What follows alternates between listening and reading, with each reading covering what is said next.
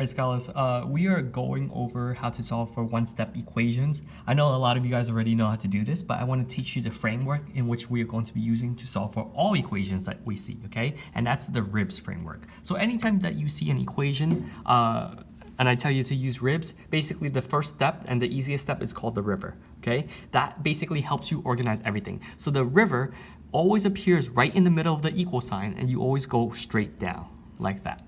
Okay. The next two pieces is I stands for inverse,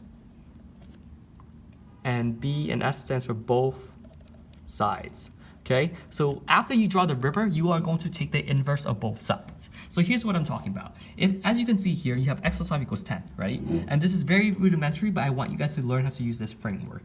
So if it's x plus 5 equals 10, you want to take, after the river, you want to take the inverse of both sides. The variable stays put, so the inverse of positive 5 is negative 5. And once you take one side, you have to take negative 5 on the other side.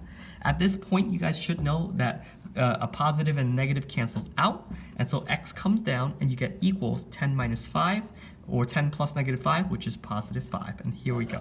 Okay, this is how we are using this ribs framework. So one more time, 8 plus x equals 12. First thing I do, drop the river, and then I take the inverse. This 8 by itself is a positive, so the inverse of positive 8 must be negative 8, and I take it on both sides. Once I'm there, I cancel this out because positive and negative 8 cancels out. The x comes down, so it's x equals, and then 12 minus 8, we're always combining, it's going to be 4. So 12 plus negative 8 is 4, okay? Here is another example, but obviously the variable is on the wrong side. It's perfectly fine, just leave it there, okay?